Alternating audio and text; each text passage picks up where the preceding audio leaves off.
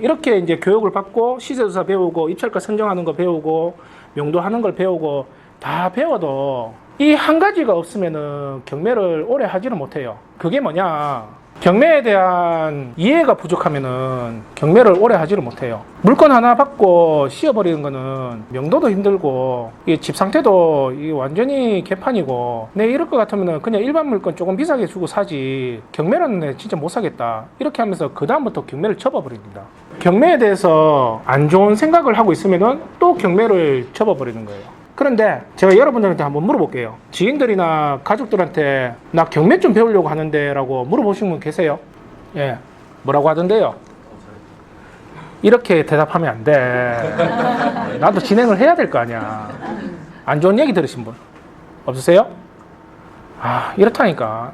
이쪽에 오신 분들은 경매에 대해서 부정적으로 생각하는 사람들이 없어. 근데 제가 경매를 처음 시작했을 때 경매한다 그러면은 사람들이 대부분 얘기하는 게 그 정도면은 어려운 상황에 처해 있는 사람인데 그 사람들이 배당받고 남는 것도 없을 건데 그 사람들 내쫓아가지고 돈을 버는 건데 그것 좀 그런 거 아니야? 이런 얘기를 하는 사람들이 태반이었어요. 그리고요, 어떤 사람들은 아직도 그런 얘기를 해요. 터가 안 좋아가지고 희한하게 이 집은 다 계속 경매를 받더라, 그런 얘기하는 사람도 있습니다. 그러니까 이 물건에 대해서 딱 봤을 때 요거 재수 없고 힘든 사람 내보내야 되는데 이런 생각을 하는 사람들이 있어요. 경매는 어떤 점이 좋다고 생각하십니까? 시세보다 저렴하게 산다는 거, 그게 제일 매력이잖아요. 또 없어요. 그거 말고는 경매가 없어. 저렴하게 산다는 게 그게 제일 매력인 거예요. 그 외에는 다 안 좋은 이미지만 깔려 있는 거예요. 제가 처음 경매를 시작했을 때 부산에 있는 물건을 받았거든요. 대구에 있는 물건은 내가 안 받았어, 사택에 있는 동안은. 왜냐면은 대구에 집이 있으면은 니는 집이 있는데 왜 사택에 살아 하면서 쫓겨나거든요. 회사에서 명도를 한단 말이에요, 저한테. 그래서 타 지역에 있는 데만 집을 구입을 했습니다. 그게 첫 번째가 부산이었어, 부산. 부산 물건을 받고 이렇게 와가지고 누군가한테 자랑을 하고 싶은데 이게 대놓고 말을 못 하겠는 거야. 그래서 제일 친한 동료, 한 살 어린 동료한테 커피 한 잔 먹으면서 나 오늘 집 하나 샀잖아, 그 얘기를 하는 거예요. 걔도 사택 살았거든요. 바로 우리 위층에 살았는데 다 안단 말이에요. 둘 다 어렵게 시작해가지고. 형이 무슨 돈이 있는데 네 이만저만 해가지고 경매로 시세보다 한 3천 정도 저렴하게 해가지고 샀지. 와 진짜? 와 대박이네. 형 언제부터 이렇게 경매를 했어? 좀 됐어. 그때 처음이었는데. 그렇게 얘기했죠. 근데 이게 집단 생활을 하면은 소문이 삽시간에 퍼집니다. 경매한 지 지금 석 달밖에 안 됐는데 경매 전문가가 돼 있더라고요, 제가. 여자분들도 사회생활을 하지만 여자보다 남자들이 호박씨 더 깝니다. 그건 몰랐었죠. 근데 친하게 지는 사람도 있지만 친하지 않는 사람도 있단 말이에요. 회식 자리가 어떠냐면은 술잔을 돌리는 거거든요. 그러니까 후배는 선배한테 술잔을 주면서 요즘 고생 많으십니다, 앞으로도 잘 봐주십시오 라고 이렇게 인사를 드려야 되는데 술잔을 안 주면 그 다음날 예의 없는 사람으로 찍혀요. 그러니까 싫어도 가야 돼. 가가지고 그분한테 이제 술잔을 이렇게 딱 기울이면서 줬는데 안 먹고 그냥 바로 내리더니 저를 보면서 얘기하는 거예요. 현태 너 요즘 경매한다면서. 그 얘기를 딱 하는데 왠지 느낌이 안 좋아. 그런데 왜 그러십니까? 라고 하니까 야, 경매는 어려운 사람들이 뭐 잘해보려고 이렇게 하다가 나온 건데 그 사람 어려운 사람들 내쫓아가지고 돈 버는 거잖아. 현태 니 참 그렇게 안 봤는데 애 되게 못됐네, 사람 못되겠다, 이런 얘기를 하는 거예요. 근데 거기서 내가 무슨 변명을 못 하는 거야. 이 변명을 못 하고 있는 내 자식이 너무 싫은 거예요. 그러면서 이제 시간이 지났는데 다음 이제 입찰 들어가야 되잖아요. 입찰을 이제 들어갔는데 이제 법원에서 적잖아요. 이 걱정이 되는 거야. 낙찰될까봐 걱정되는 거야. 낙찰되면은 이쪽에 점유자를 명도해야 되잖아요. 그게 걱정되는 거예요. 그래서 살포시 몇 천만 원만 내놨어, 내가 생각했던 데에서. 낙찰이 됐을까요, 안 됐을까요? 됐어요. 예? 됐어요. 떨어졌지. 처음에 생각했던 그 가격에 적었으면 낙찰이 됐는데 힘을 빼버리니까 떨어져 버리더라고. 그래가지고 다음 입찰 들어갔는데 또 떨어졌어요. 그 다음 입찰 들어갔는데 또 떨어졌어요. 내리 8번 떨어졌습니다. 근데 그때는 한창 제가 경기도나 서울에 들어가가지고 입찰을 봤거든요. 8번째 떨어지고 내려오는데 갑자기 눈물이 나는 거야. 억울하고 괘씸하고 내 자신이 짜증나가지고. 한번 대구에서 서울까지 왔다 갔다 하면은 기름비하고 하면은 얼마 정도 듭니까? 7,000원? 톨비까지 합치고 그리고 밥 먹고 이렇게 한다 그러면은 못해도 10만에서 15만 원 정도 들죠. 예, 8번 떨어지면은.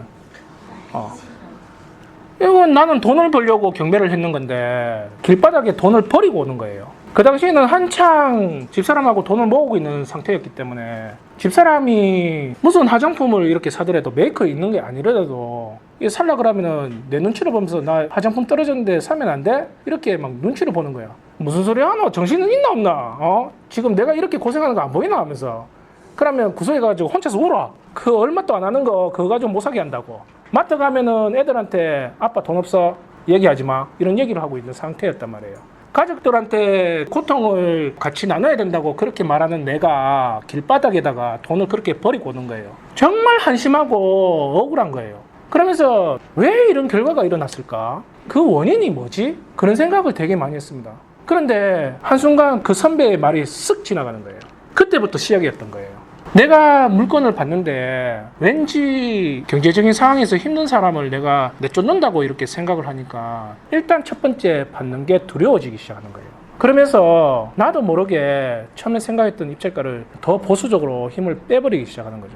그러니까 계속 연속적으로 패찰하기 시작하는 거예요. 근데 내가 이 사람들한테 악영향을 주는 사람이 아니고 이 사람한테 내가 도움이 되는 사람이라는 걸 내 스스로 정립을 했어요. 그 순간부터 입찰 들어가면은 2번, 3번 중에서는 한 건은 받아오더라고요. 그걸 오늘 여러분들한테 공개를 하겠습니다. 이게 여러분들이 정립이 돼야지 앞으로 경매를 2년, 3년, 5년, 10년 동안 또 할 수가 있는 거예요. 어떤 재테크든 내가 정립이 안 돼 있는 상태에서 내가 들어간다? 끝까지 가지를 못합니다. 그러면요, 이 경매라는 거는 처음에 어떻게 시작됐는지를 봐야 돼요. 우리가 살고 있는 이 세계는 돈에 의해서 흘러갑니다. 여러분들이 이걸 부정을 한다 그래도 이거는 현실입니다, 현실. 그게 언제부터 여러분들이 적용을 받냐면은 어머니 뱃속에 있을 때부터 적용을 받아요. 이 애가 건강한지 안 건강한지 병원에다가 돈을 줘야지 얘 심장 소리가 정상적인지 안 정상인지 알 수가 있어요. 태어난다 그러면은 얘가 정상적으로 태어났는지 발가락은 5개 다 있는지 무슨 면역관계에서 이상이 있는지 없는지를 알아보는 것도 돈을 줘야지 알아볼 수가 있는 거예요. 분만을 했다 그러면은 2일이나 3일 동안 몸이 풀릴 때까지 있어야 되는 그 기간 동안 병원비를 주면요, 병원에서 애가 나오지를 못해요. 돈을 다 줘야지 나와요. 그럼 언제 끝나냐? 죽으면은 이제 끝나는 거예요. 근데 죽을 때도 돈을 안 쓰고 죽는 게 아니에요. 장의사를 불러야 되고요. 장례식장도 구입을 해야 되고요. 땅을 사가지고 내가 묻힐 그 땅도 구입을 해야 됩니다. 그랬을 때 이 돈이라는 거에서 벗어날 수가 있는 거예요. 그러니까 인정을 해야 돼. 이 돈이라는 거는 우리 인생에서 뗄래야 뗄 수가 없는 상황인 거예요. 이 돈이라는 거는요, 우리한테 눈으로 보이냐? 안 보여요. 이 돈은 우리 눈에 안 보이는 거예요. 이 돈이라는 걸 우리 눈에 보이게끔 만들기 위해서 예전에는 금이라는 걸 이용해가지고 이걸 돈이라고 이렇게 인식을 시켰고요. 현대에서 들어왔을 때는 지폐를 만들어가지고 이건 돈입니다 라는 걸 표시를 해놨는 거예요. 지금은요, 지폐 잘 사용 안 하잖아. 카드 사용하잖아요. 그러니까 내 계좌에 숫자가 얼만큼 있느냐, 거기에서 얼만큼 뺄 수 있느냐, 얼만큼 또 들어오느냐. 그러니까 이 돈이라는 거는 우리한테 실질적으로 보이지 않는 겁니다. 이 재화라는 거는. 숫자 놀이에요, 숫자 놀이. 아주 옛날에도 이 돈이라는 걸 어떻게 만들어가지고 누군가한테 이게 돈이라는 걸 빌려주고 쓰고 이렇게 했단 말이에요. 이 돈이라는 속성을 보면은 얘는 가만히 있지를 않아요. 어떻게 해서든 여기에서 머무는 게 아니고 빠져나가서 자기 몸짓을 더 불리려고 하는 속성이 있단 말이에요. 예전에는 이 돈이라는 게 다른 사람한테 갔을 때 빌려줬는 것만큼의 몇십 프로를 더 받아가지고 원금하고 이자고 붙여가지고 이렇게 받아내는 식으로 했는데 지금은요, 하루하루 이자가 붙으면서 이자가 이렇게 나옵니다. 그러니까 돈이라는 성질도 자기가 몸짓을 키우는 것도 그 시대마다 형태가 틀린 거예요. 돈을 이렇게 빌려주는 이런 사람을 예전이나 지금이나 채권자라고 합니다. 이 돈을 이용하는 사람을 채무자라고 하고, 예전에도 이 채권자하고 채무자가 있었단 말이에요. 그런데 돈을 안 갚으면요, 돈을 빌려준 사람이 돈을 못 받게 된다 그러면 지금은 그 사람의 자산이 땅이든 아니면 부동산이든 차든 이런 걸 가지고 경매로 진행해가지고 자기가 못 받던 돈을 받아내는 방법이 있는데 예전엔 경매가 없었잖아요. 예전에는 그러면 어떻게 받아냈을까요? 구한 말까지만 이렇게 보더라도 예전에는 자기가 돈이 필요하면은 자기 땅에다가 자기 땅을 잡아가지고 이렇게 돈을 빌리거나 땅도 없다 그러면은 자기를 팝니다. 그러니까 손도장 찍는 거 봤죠? 손도장 딱 찍어가지고 혹시 자기가 돈을 못 갚게 되면은 돈 빌려준 사람의 집에 가서 노비로 살겠습니다 라고 계약을 해가지고 돈을 받아내요. 그것도 안 된다 그러면은 자기 자식을 돈을 빌려주는 채권자한테 팔아넘겨요. 그래서 돈을 받아가지고 그걸 이용하기도 이렇게 했단 말이에요. 그게 그 당시에는 되게 합리적인 방법이었어요. 나라에서도 그걸 당연하다는 듯이 허용을 했고요. 최첨단으로 살고 있는 지금에는 그런 게 이제 없겠네요. 그죠? 있습니다. 자기가 부동자산이 없다. 그리고 자기가 지금 뭔가 신용으로 내세울 게 없다. 혹시나 돈을 못 갚게 된다 그러면은 자기 몸에 있는 한 부분을 떼가지고라도 팔아가지고 갚아야 돼요. 현실. 젊은 사람들이 가지 말아야 될 곳, 일하지 말아야 될 곳에 가가지고 거기서 일해가지고 자기 채무를 평생 동안 갚아 나가는 사람도 있어요. 현실. 어떤 경우에는 배 타러 가는 사람도 있고. 이 채점단을 걷고 있는 지금 현 시대에도 이렇게 일들이 발생을 한단 말이에요. 근데 이거는 일어나지도 말아야 되고 이거는 되면은 안 되는 일들이에요. 예전이나 그렇게 허용을 했지 지금은 이건 아니잖아요. 그러니까 국가가 나서는 겁니다. 하지 말라고. 국가가 나서기 전에 빨리 채무를 갚아야 돼. 만약에 부동산이 있다 그러면은 그 부동산을 팔아서라도 그 빚을 갚아야 된단 말이에요. 근데 이 사람이 사금융권을 쓰기 전에 벌써 일반 금융권에다가 근저당을 설정을 했겠죠. 그리고 현금을 인출하면서 돌려막기도 했겠죠. 그러다가 터지면서 가압류가 걸리는 거예요. 그러니까 그 건물 등기에 근저당도 설정돼 있고 가압류도 걸려 있고 가처분도 걸려 있는 거예요. 지금 우리 집이 3억 정도 시세가 돼. 이거 팔면은 그거 다 정리할 수 있어. 우리 사장님 10년 일했던 우리 중개 사장님은 그 물건 팔아서 그 사람 도와줄 수 있어요 없어요? 30년 30년이면 되겠네. 건물 같은 거 사겠죠. 근데 또 그 다른 가압류가 들어오면은 그렇죠. 그러니까 처음부터 그런 물건을 안 건드리려고 그런단 말이에요. 경력이 10년이든 100년이든 그게 중요한 게 아니야. 일반 시장에서 안 팔려요. 그런 물건들은. 이 채무자가 하루라도 빨리 정리해가지고 팔고 싶은데 안 팔려. 안 팔리니까 돈을 빌려주는 채권자도 받지를 못하는 거예요. 그런데 그게 구원투수가 이제 나오는 거예요. 그게 누구냐? 국가가 이제 나서서 팔아주겠다고 하는 거예요. 그럼 여기 꼬여있는 권리는요? 이건 어떻게 정리를 해주실 건데요? 경매 개시 결정이 떨어지는 그 순간 들어오는 권리는 다 무시고 소멸 기준 밑으로 해서 그 모든 권리들은 다 말소시켜 줄게. 국가가 그렇게 얘기하면서 나오는 거예요. 그러니까요. 그러니까 이제 이 집을 살려는 매수자들이 나타나기 시작하는 거예요. 그런데 비싸. 감정가가 너무 비싸요. 이 가격대는 못 사겠어요. 그런 얘기를 하는 거예요. 그래? 그러면은 이 가격대에서 아무로 안 들어온다 그러면은 우리가 30% DC해 줄게. 3억이면은 2억 4천에서 시작할게 해줄게. 20% 떨어줄게. 부산 같은 경우에는. 대구 같은 경우에는 30% 떨어줄게. 시세보다 저렴해. 그러니까 여기에서 너희들이 사고 싶은 가격대를 얘기해. 그러면 여기에서 제일 높은 사람한테 이 부동산 팔게라고 얘기를 하는 거예요. 그러니까 사람들이 몰려오기 시작해요. 이거 사면 되겠네. 그래도 시세보다 2, 3천 원 저렴하게 사겠네. 그런 생각을 하면서 이제 오는 거예요.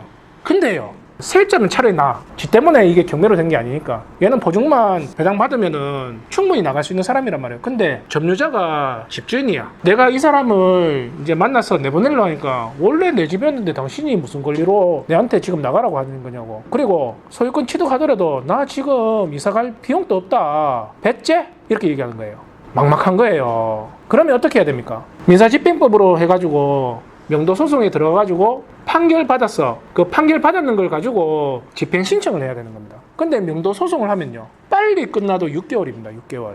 근데 여기에 또 집행 신청을 한다 그러면요, 신청했는 그 기간부터 한 2개월에서 3개월 정도 걸려요. 거진 1년이 이렇게 소요가 되는 거예요. 그러니까 내가 지금 여기에 돈이 많은 게 아니고 대출도 내가지고 이걸 받았는데 한 달에 60만 원에 1년 정도 하면은 이거는 뭐 600만 원에서 700만 원 정도 그냥 나가버리는 거야. 그런데 얘는 당당하게 전기 쓰고 물 쓰면서 관리비도 안 내. 관리비도 계속 차곡차곡 사가는 거예요. 그러니까 이 불안한 거야. 아, 이거 못 나갈 것 같은데, 아, 우리 이거 받기가 좀 그렇네요 하면서 다시 등을 돌리면서 집으로 갑니다. 그러니까 국가에서 또 붙잡는 거예요.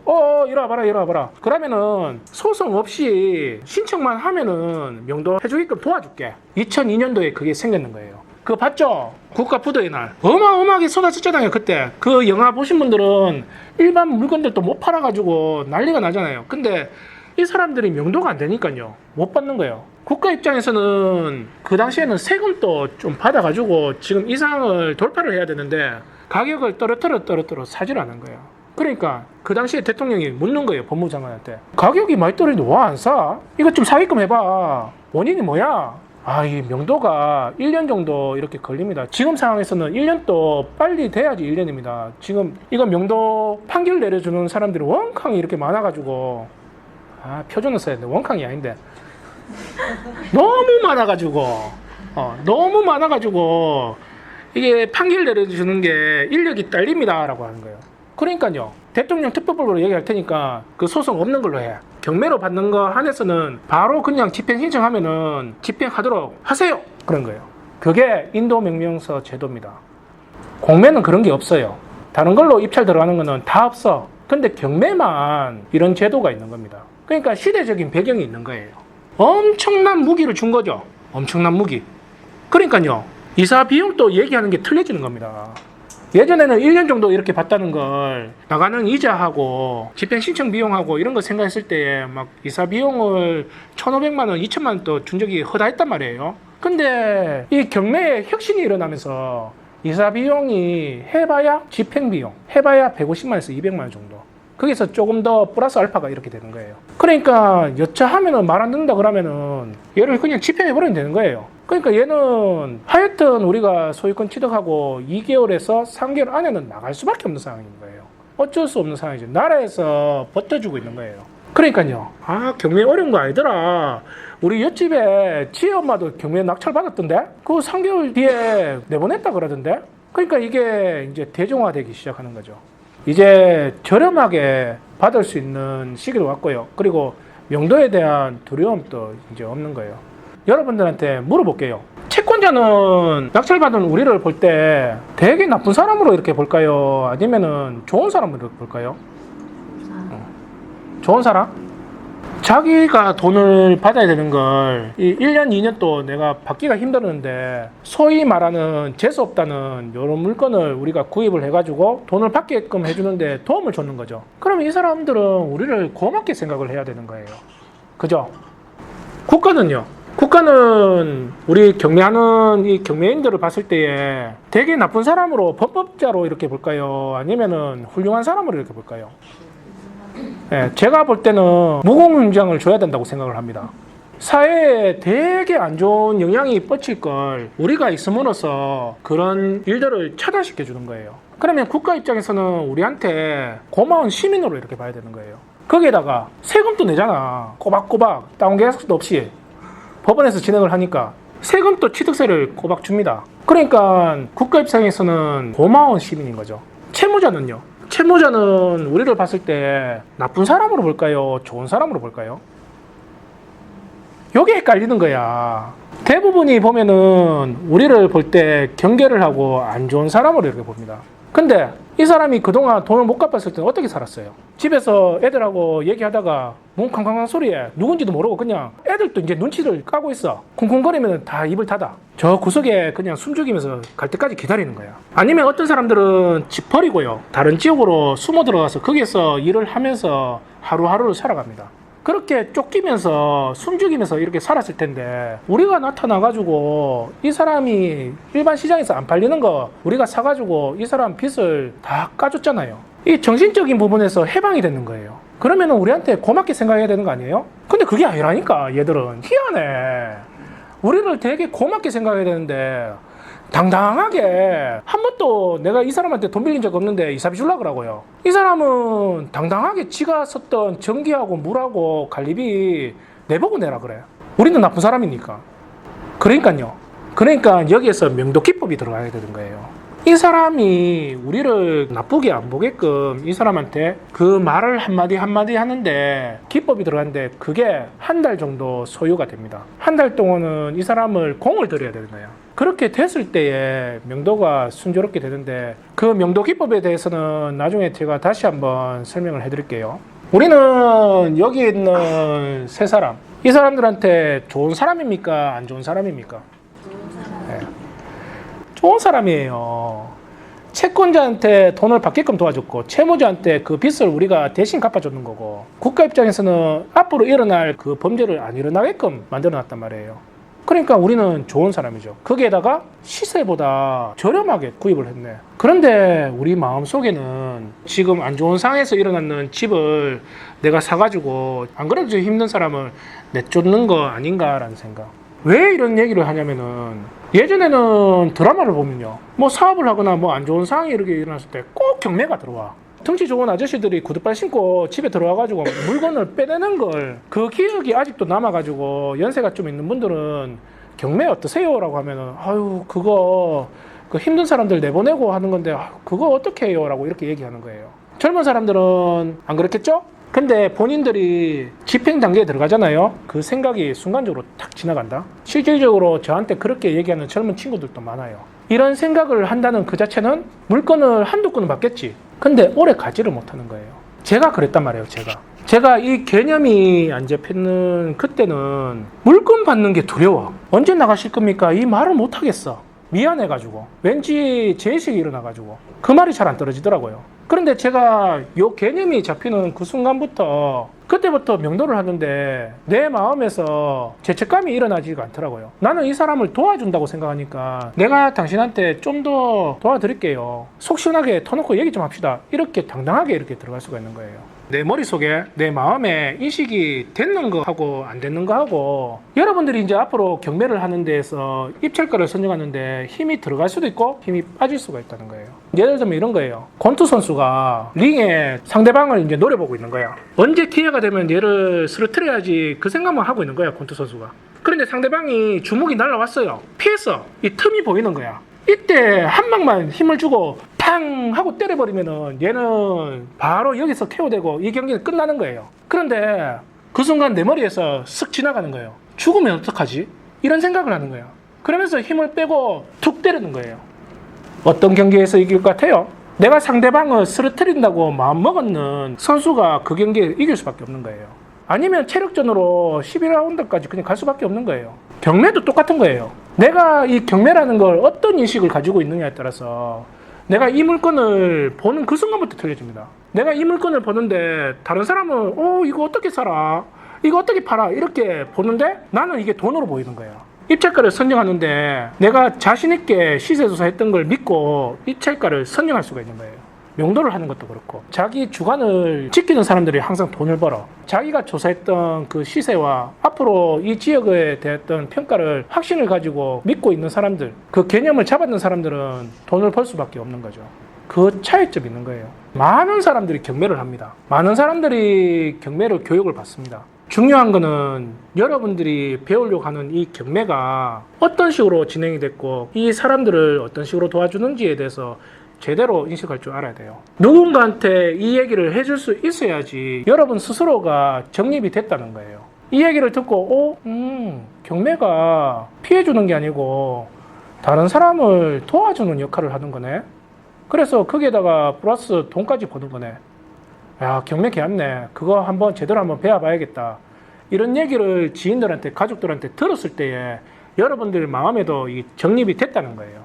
그렇게 됐을 때 여러분들이 목표했던 뚜렷한 그 목표가 이 조그만한 시련에도 쉽게 넘어지지가 않는 거예요. 꾸준히 지속적으로 갈 수가 있는 겁니다. 오늘 제가 드렸던 이 경매에 대한 이 개념을 잘 이해를 하시고 꾸준히 하셔가지고 앞으로도 여러분들이 경매를 통해서 경제적으로 여유를 충분히 누리시는 여러분들 됐으면 좋겠습니다. 감사합니다. 자, 질문요.